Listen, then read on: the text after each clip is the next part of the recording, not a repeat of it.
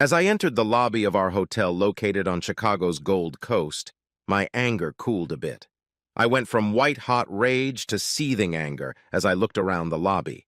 The faint hope that Linda had either changed her mind or was waiting to surprise me and laugh at how I fell for her prank. Of course, neither of those things happened. Glancing at the clock above the front desk, I realized it was still early. It wasn't even 11 o'clock yet. Instead of going straight to the elevators, I took a sharp right and entered the nearly empty bar.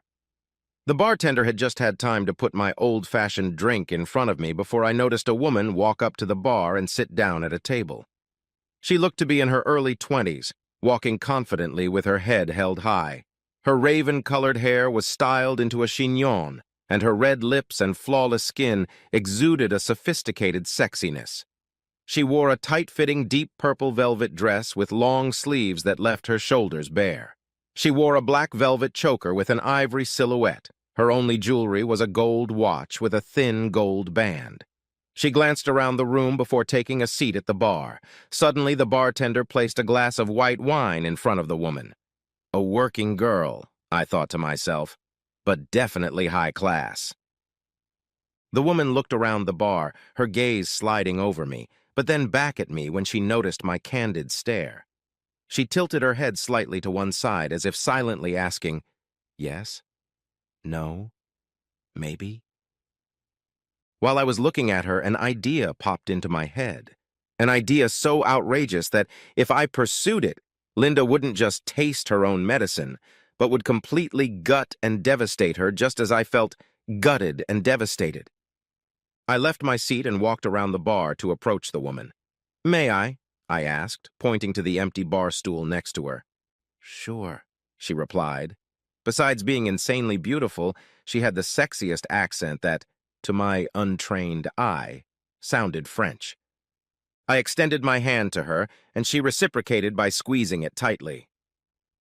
"I'm Jim Williams," I said.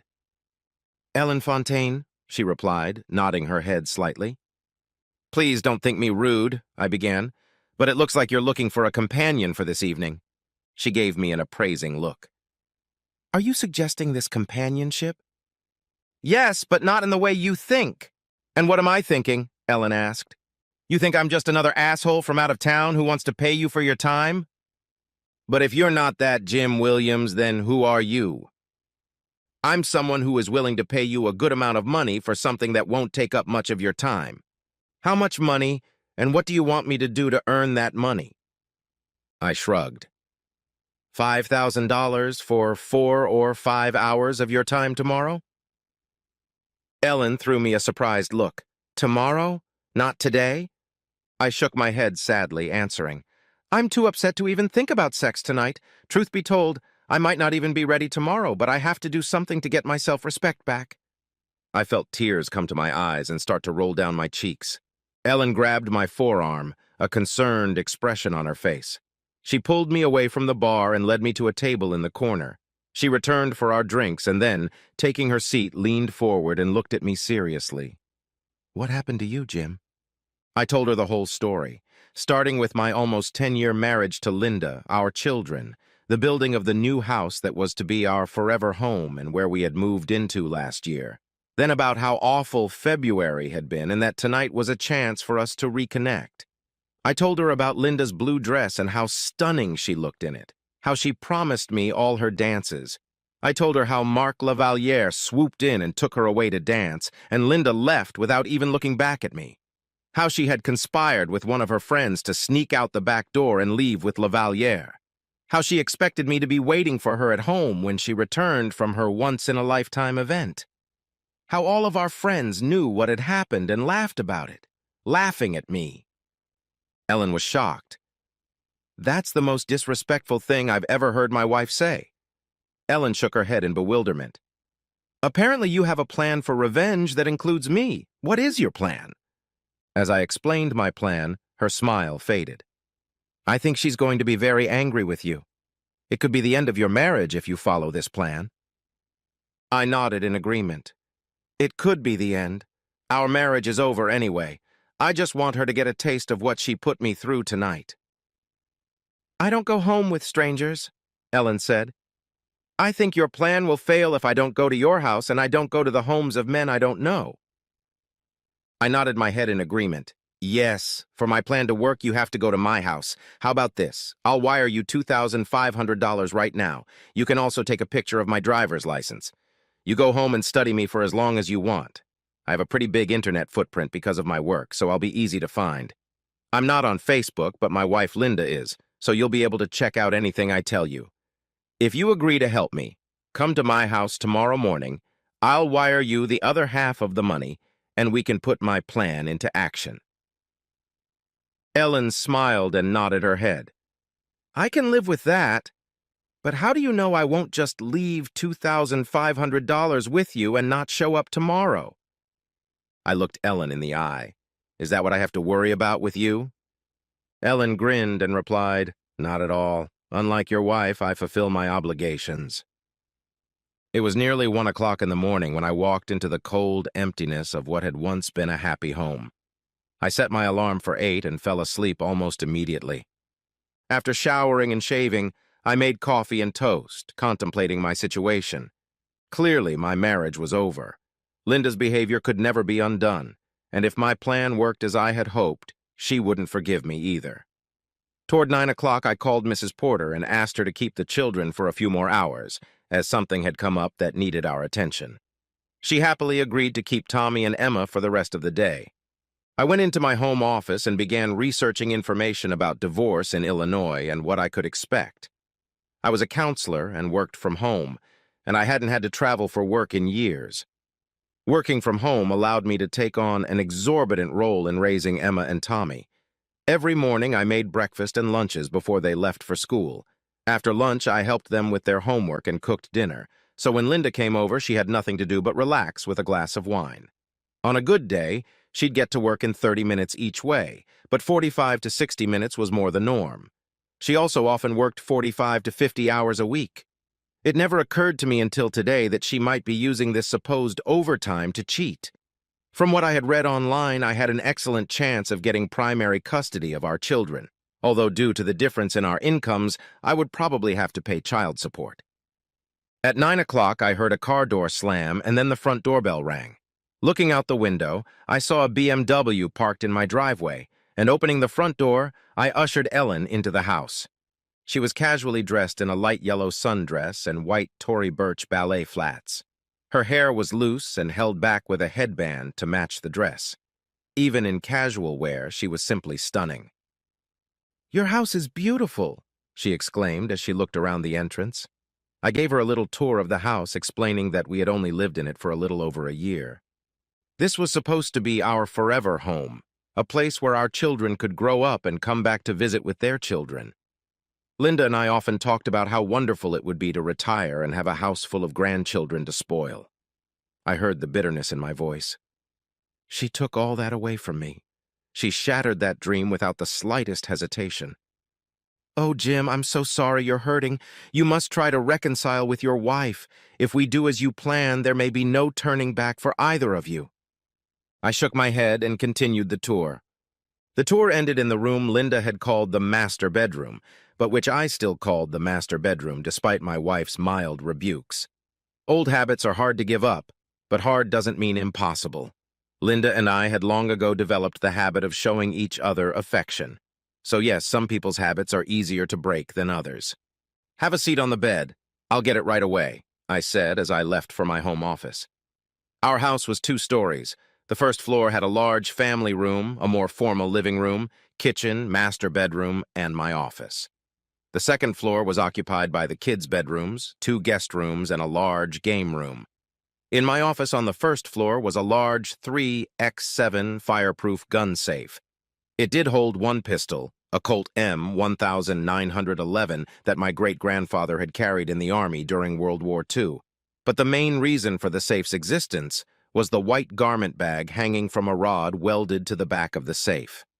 Grabbing the bag, I walked back to the bedroom with it and placed it on the bed.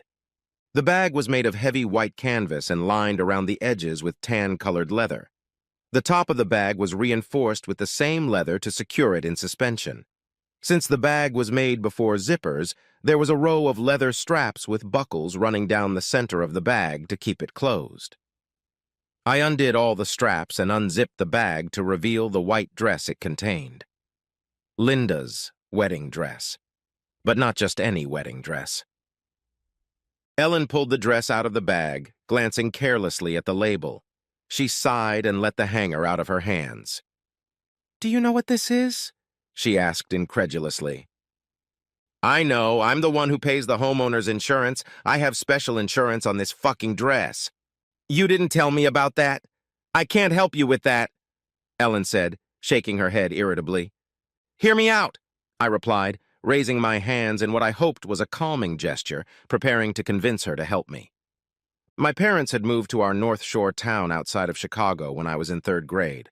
Linda's family, on the other hand, had lived in our town for generations. Linda's great-great-grandfather was president of the First National Bank in our town. This was decades before the advent of retail banking, which placed bank branches in every shopping center in town and gave the bank manager the same level of prestige as the manager of Arby's. In the old days, when there were only 1 or 2 banks in town, the bank manager held an important position in the community and was one of the wealthiest men in town. Such was the case with Linda's great-great-grandfather. When his only daughter became engaged, his wife and daughter took an ocean cruise from New York to Southampton, England, then a ferry from Portsmouth to Le Havre, France, and from there, a train to Paris. In Paris, Linda's great-great-grandparents appeared by appointment at one of the most famous addresses in all of France, 31 Rue Cambon, Coco Chanel's salon. As Ellen ran her hand over the label, I smiled sardonically. For a generation of people only familiar with the back-and-forth intertwined double C logo, seeing a different label would have been a big wake-up call, but not to Ellen. At the hotel, as we chatted, she told me her story. Ellen was born in Nice to educated and moderately well-to-do parents and moved to Paris to study fashion design. She interned at the very fashion house that so long ago made the wedding dress she now held in her hands. Instead of the famous double S on the label, it read Gabrielle Chanel. The letter L in the word Chanel ended in a plume that flew back and emphasized her name. Underneath it was the word Paris. There was a pocket sewn onto the panel of the bag, and I pulled out its contents to show Ellen. In the pocket were drawings and sketches of a dress signed by Gabrielle Chanel. Also in the pocket was a check for the dress that had the price 1,958 inches written on it. At the top of the check was written simply Chanel Boutique and an address on Rue Cambon. The words entièrement payé, paid in full, were written on the front of the check, and Gabrielle Chanel's signature was written underneath. In the store, Madame Chanel herself took the measurements and showed the drawings of the wedding dress, to the delight of mother and daughter. A deposit was paid, a date was set for the final fitting, and the couple traveled by train to the French Riviera, where they spent the next few weeks relaxing and waiting for the dress to be ready. Upon returning to Paris and seeing the wedding dress, both mother and daughter wept at the beauty of the outfit. Dazzling white, adorned with delicate lace and intricate beadwork, the dress was a work of art.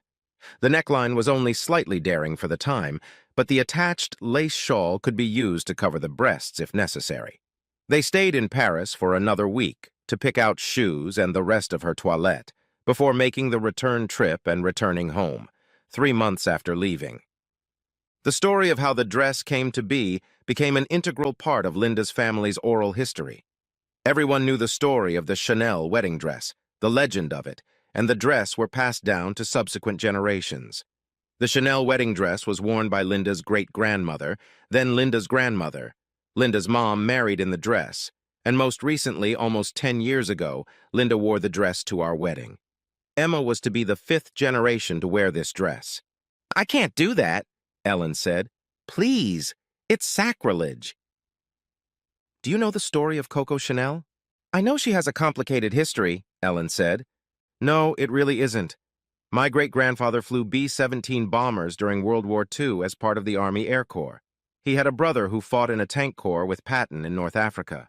Another brother served in the infantry in France. Both brothers were killed in action, and my great-grandfather was severely wounded by anti-aircraft fire. He never fully recovered from his wounds. I will never buy a Mercedes-Benz because they made engines for the Nazis. I will never buy a Hugo Boss suit because they sewed uniforms for the Waffen SS. I will never own an IBM computer or IBM stock because they knowingly participated in supplying the Nazis with punch cards and computer systems to better run the death camps. Coco Chanel at best collaborated with the Nazis, and at worst, there is strong evidence that she spied for them. I don't care about Coco Chanel or that dress. Ellen nodded her head sadly. I hadn't told her anything she didn't know from working in the fashion industry or interning for Chanel. I knew as much about Chanel as I did because I'd done my research when deciding how much to buy the damn dress for. Our homeowner's insurance policy had a special addendum insuring the Chanel dress for $150,000. The drawings and receipt, certified and signed by Coco Chanel herself, increased the value by $100,000. Thus, the dress with accompanying documentation was insured for $250,000. If that's what you really want, I'll accept it. But I think you're making a serious mistake if you want any chance of being reunited with your wife. By this time, it was already 10 o'clock, and I had no idea what time Linda was going to grace us with her presence. I sent Ellen the remaining $2,500 via Venmo and began unbuttoning my shirt while she pulled her sundress over her head.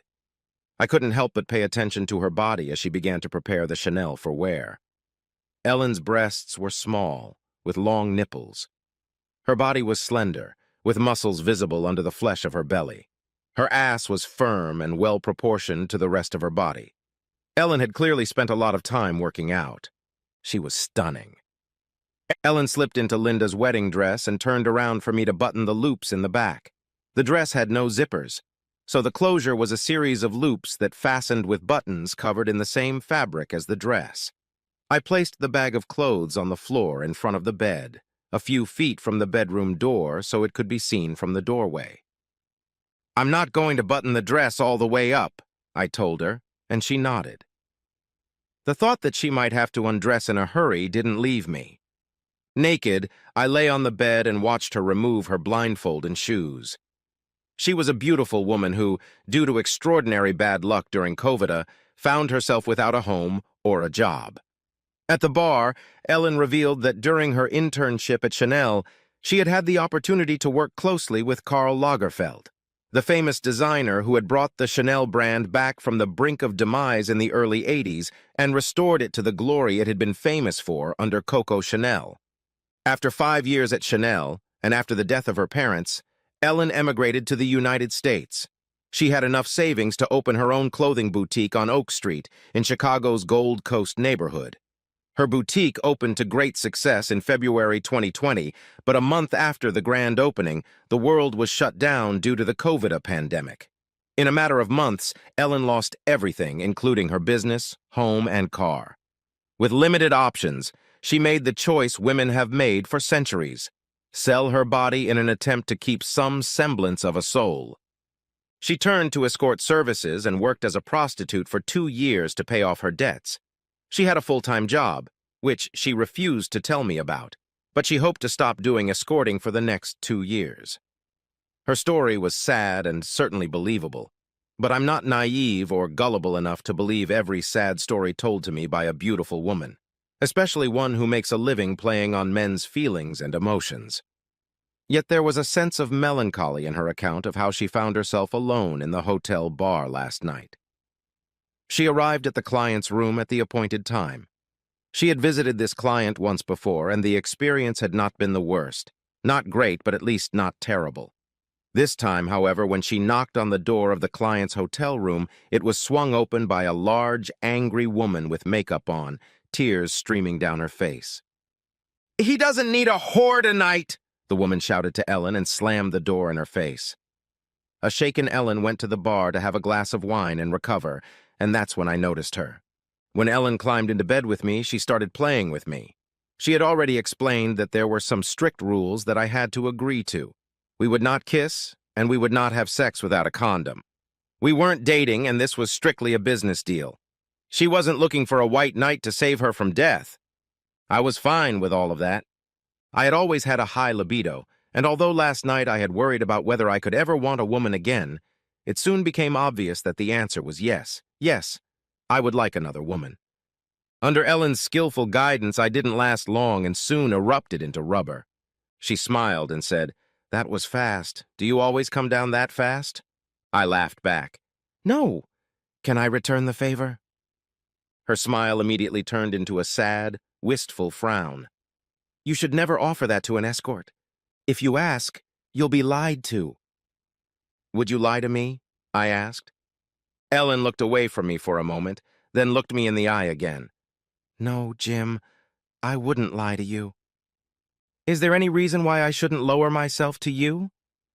Ellen shook her head. "It's been over a week since I last met with a client. I live alone and am not in a relationship. If you'd like to perform oral sex on me, I'd be happy to oblige, but it's not necessary." "It's almost noon," she said. "Do you think she'll stay with him another night?" "I don't think so. She'll start to miss the kids, and at some point, I think she'll have guilt. She may not show it, but she'll feel it." "I'll just keep you in suspense until she gets here," Ellen said with a smirk. So she did. We heard the throaty roar of a sports car coming to a stop on the street in front of our house. Since the driveway was occupied by Ellen's BMW, the driver had no choice but to pull to the curb. The car idled for a few minutes, and my imagination kicked into full gear as I pictured them kissing in front of our house. Inside, in front of, the house. Not caring if there were children at home or if anyone might see her and her lover. If I had any doubts about my next move, they were gone. When the front door opened, Linda called out, "Jim, Emma, Tommy, I'm home. Same old me. Where is everyone?" Ellen kissed my cheek and then climbed on top of me and stood facing the bedroom door. "Jim, you're back? Whose BMW is in the driveway?" shouted Linda. I could tell from her voice that she was approaching the bedroom as I continued to walk into Ellen. "Jim, what?" was all Linda could manage to shout as she saw Ellen on top of me as I had the beautiful raven-haired escort. Ellen leaned forward, her hands resting on my lap and her hair scattered across her face as she bounced on top of me. "You bastard!" she screamed before her mouth seemed to slam shut as she realized the full extent of what was happening. I saw several things come at her at once. First, the bag of clothes lying on the floor at the foot of the bed. Second, the woman I had in the reverse cowgirl position was wearing a wedding dress, standing in front of Linda. "Is that my wedding dress?" screamed Linda. "My fucking Chanel wedding dress?" Linda's voice was almost unintelligible as she shouted her questions. Ellen leaned back on the pillows and I stood next to the bed, and Linda stared at it with her eyes closed, not believing what she was seeing. Her face was purple and she seemed to be having trouble breathing. Ellen stood up and, as we had discussed earlier, removed the dress, hung it on a hanger, and then handed it to me. While Ellen performed these actions, Linda stood in almost catatonic silence, and except for her pale face and rapid breathing, she stood motionless.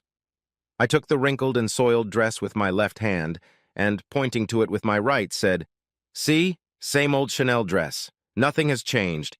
I'm lucky because I have a wife who loves me enough to get over her resentment and not make a bigger deal out of it than she should." My comments echoed the bullshit that Dee had tried to peddle to me at the restaurant, and that Linda had stated upon entering the house after a night with the asshole. Linda burst into tears and, sobbing, ran out of the bedroom. "Well, that was an interesting experience," Ellen said dryly. "Wasn't it? Let's take a quick shower and hit the road." 10 minutes later, I walked Ellen to her car. She reached for my neck, pulled me to her, and gave me a deep, passionate kiss, breaking one of her rules. "In case the neighbors saw your wife this morning, this kiss will give them something to gossip about." Ellen smirked and pulled away from my driveway. I swore I would wire Ellen another $1,000 as a bonus. She pulled her BMW out of my driveway, waved me off, and Ellen Fontaine was out of my life forever. I heard Linda sobbing in the living room. I sighed, thinking, there's no time like the present. Linda was sitting in one of the ivory-colored armchairs set at a 45-degree angle to each other, and I took a seat in the other chair. "You ruined my dress." Linda looked at me with eyes full of hatred. "The most precious thing I own, and you destroyed it? I guess we're even then, aren't we?" "I didn't destroy anything of yours." "Linda, the most precious thing I had was our wedding vows, our pledge of loyalty and devotion to each other, a promise to leave everyone else behind. I know it was important to you, but that dress was just an object, nothing more. And what you did was destroy the entire foundation of our marriage, and you did it in the most public and disrespectful way possible." "Well, you sure got even with me, didn't you? I think you showed me that," Linda snapped back. "It was one night out of a lifetime of nights. It was one dress out of a whole closet of dresses. Emma was supposed to be the 5th generation to wear that dress. You deprived her of that. Emma was going to live in a happy home with 2 loving parents. You deprived her of that. What do you think will affect her the most?" Linda stared at me with an almost feral expression in her eyes. "Divorce? Is that where this is going?" she hissed at me. "You'll never forgive me for what I did to that stupid fucking dress. And I'll never forgive you for sneaking around sleeping with that asshole. You're going to work the rest of your life to pay for that dress," she shouted at me. I shook my head. "Yeah, about that. This dress is listed on our insurance policy as marital property, just like this chair I'm sitting in. If I want to take that chair out into the backyard and set it on fire, I can. If I want to set that wedding dress on fire, I can, as long as I don't try to file a claim with the insurance company. Besides, the dress isn't ruined. It's stained and ruined. And I'm sure the videos of me having the opportunity to screw Ellen while she's wearing your wedding dress will never go away, nor will the stains from our marks we left on it." Linda broke into a new fit of sobs in response to my statement. Linda wrapped her arms around herself and rocked back and forth, sobbing and crying to herself. "It was just one night. It was just one night. It was just one night." Epilogue. 20 years later, Emma Kingsley, her husband, and her brother Tom had labored all morning putting tags on various trinkets, trifles, and other nonsense that belonged to Emma and Tom's mother, Linda Williams. Linda had been gone for 6 months, and Emma was dreading going through her mother's personal belongings. Emma's relationship with her mother had been complicated. After her parents' divorce, it was as if her mother had lost her mind. She had an almost pathological hatred for her ex-husband, claiming that he had destroyed everything she held dear. Ironically, Emma knew even at a young age that her mother had cheated on her father, while her father had never cheated on her mother. She knew that her father had done something that made her mother so angry that she could no longer stay married to him, but neither Emma nor Tom knew what he had done. Linda immediately moved into the home of a professional soccer player named Mark Lavaliere after it was decided that divorce was the only way out for them. It was not an easy time for Linda and her children. Although Emma and Tommy never liked Mark, he never hurt them or was unkind. They were taken all over the country to watch Mark play soccer and were able to attend the Super Bowl, sporting events, and concerts as VIPs. Linda quit her job to enjoy the wag life, and this continued for almost 2 years, until Mark got fed up with Linda and kicked her out of his house. Unemployed and homeless, Linda was forced to move into her parents' house. They had long been unhappy with their daughter and her poor decisions. She had traded a reliable, loving husband for an egregious asshole. Plus, they were discouraged by the string of losers she'd been involved with since Mark, each one worse than the last. Jim was awarded primary custody of Emma and Tommy and remained living in the family home. Since he worked from home and handled 75% of the child-rearing responsibilities, it was decided that it was in the best interest of the children that Jim would buy Linda out and stay in the house. More fuel for Linda's raging hatred of her ex-husband. 3 years after the divorce, her father remarried. Marie Fontenot was a strikingly beautiful, dark-haired woman of French descent, several years younger than her husband. Marie was a fashion designer and owned a boutique in the Gold Coast, which was the only place where her models were sold.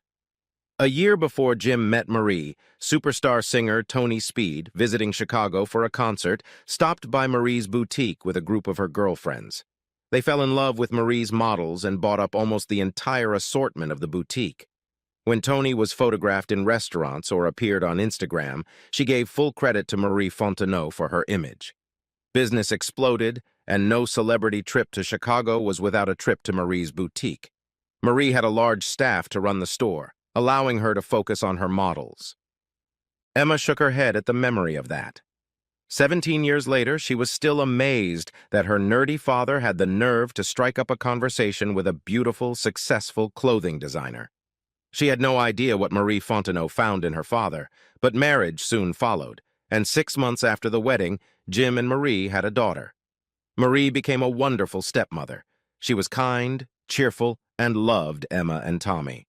She taught them to speak French, and during a family vacation in France, she took them on a tour of her hometown of Nice and the places she had often visited as a child. She then took them on a tour of Paris and all her old places. Emma adored her half-sister Ellen, who got the middle name Marie. She was better than both her father and Marie, and was a sweet, well-mannered child who followed her big sister everywhere. Emma would have been happy to help Ellen today, but she knew her mother would not have approved of her help. Linda despised Marie. She always insisted that she had seen Marie somewhere before, but couldn't identify her face. She often said that Jim had probably been cheating on her all along. No one believed it because everyone in the family knew that Linda had been cheating on her husband with Marc Lavilliere and had moved into his house before the divorce was finalized. It was further proof of Linda's pathological hatred for her ex-husband. Emma's father wept at his ex-wife's funeral. Marie put her arm around her husband's waist as they stood together looking at Linda in the casket. There were few mourners for Linda in the chapel. Her parents were dead and her friends had long since left her, most of them separated after their own divorces. Linda never married, and as she aged and her appearance faded, she increasingly shut herself off from everyone but her son and daughter. Tom came out of his mother's closet carrying an antique white canvas garment bag with tan leather trim and matching colored tan leather straps and buckles holding the bag closed. Tom unbuckled the straps, opened the bag, and pulled out a stained and wrinkled dress. The lace and beading on the dress was still in good condition, but the dress itself looked used and discarded. Tom asked his sister how to appraise the dress. "When I was a little girl, my mom used to talk about some special dress that was kept in the family for a long time, but after the divorce, she never mentioned it again. I can't believe it could have been that dress. If it was worth anything, she would have taken better care of it." Emma thought for a moment, mentally calculating the cost of the dress. "Put a $50 price tag on it, but if someone offers more than $10, we'll take it,"